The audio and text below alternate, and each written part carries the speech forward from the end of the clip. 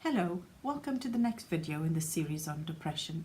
Today I want to talk about something which is not necessarily a method of alleviating your symptoms, but is still an extremely important topic related to depression, namely your diet and depression. Your everyday diet is the food you eat routinely, excluding special events and outings, and it's usually affected by your food preferences, available time to prepare and cook, and sometimes how hungry you are. It can be affected by mood in terms of, you might be in the mood for a pasta or a roast chicken, but it's not negatively affected unless you are depressed.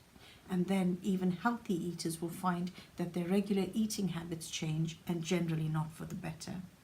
Emotional issues can and will affect what we eat.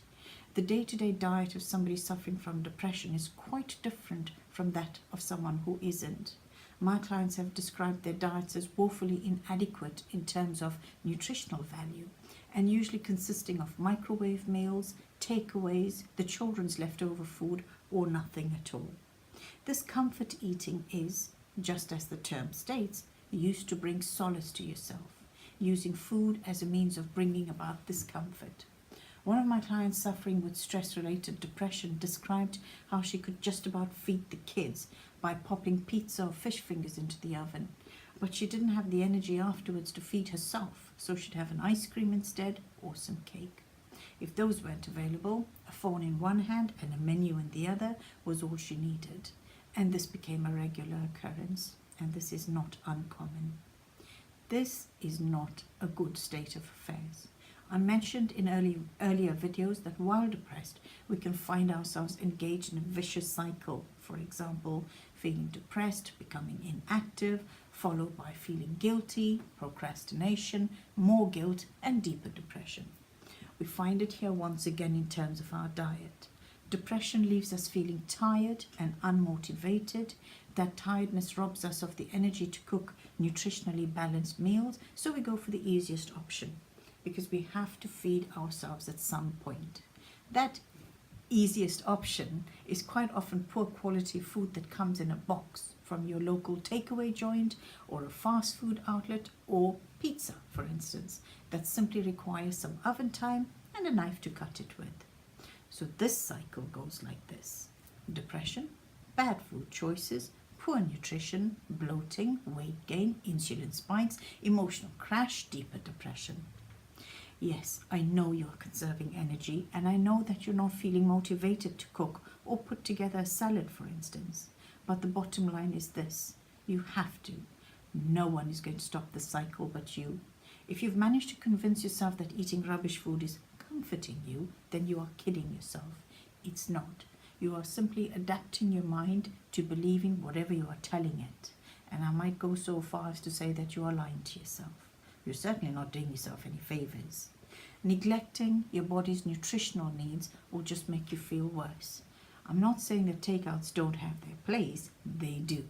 But eating bad food when you're in a bad place can impact your relationship with food negatively.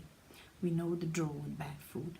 From a physiological point of view, you will have insulin spikes, weight gain, blood pressure increases, skin changes, and a general deterioration in mental and physical health.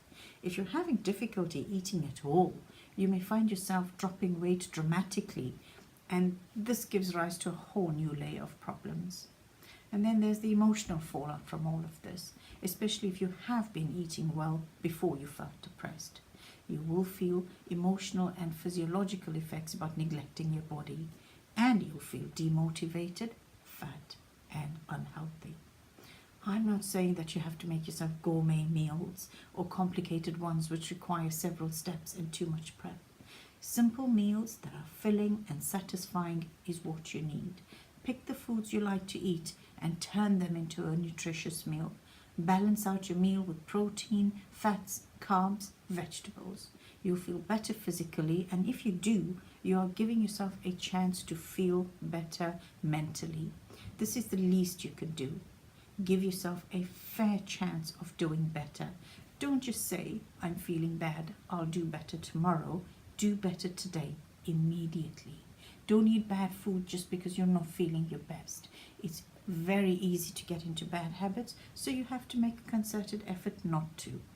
Don't go for unhealthy short-term comforts with long-term negative results. Certainly, don't stop yourself from indulging every now and then, but if you want a healthy mind, then you will have to watch what you put into your mouth. So make a promise to yourself that if there's nothing else that you will do, you will eat healthy foods. That's at least one area that you are refusing to neglect yourself in, and that you're taking control of. Remember too that the art of cooking can be used as a healthy distraction. Following a not too complicated recipe can be most satisfying. I know, I learned to bake for the first time a few years ago, and it was a euphoric feeling, I promise you. Now that I follow a keto lifestyle, I'm learning to make keto breads and foods. Hard work, but learning is such a positive and healthy tool to help motivate and uplift you. Why not learn how to make yourself decent meals? Please watch your food intake if you're feeling low. I've listened to too many people tell me how much they've regretted what their daily diet has been while they suffered depression. The larger they got, the harder it was to shift the weight, even after the depression lifted. And here's another vicious cycle that we are trying to prevent. So please do be careful. Take care, and until the next video, have a great day. Bye-bye.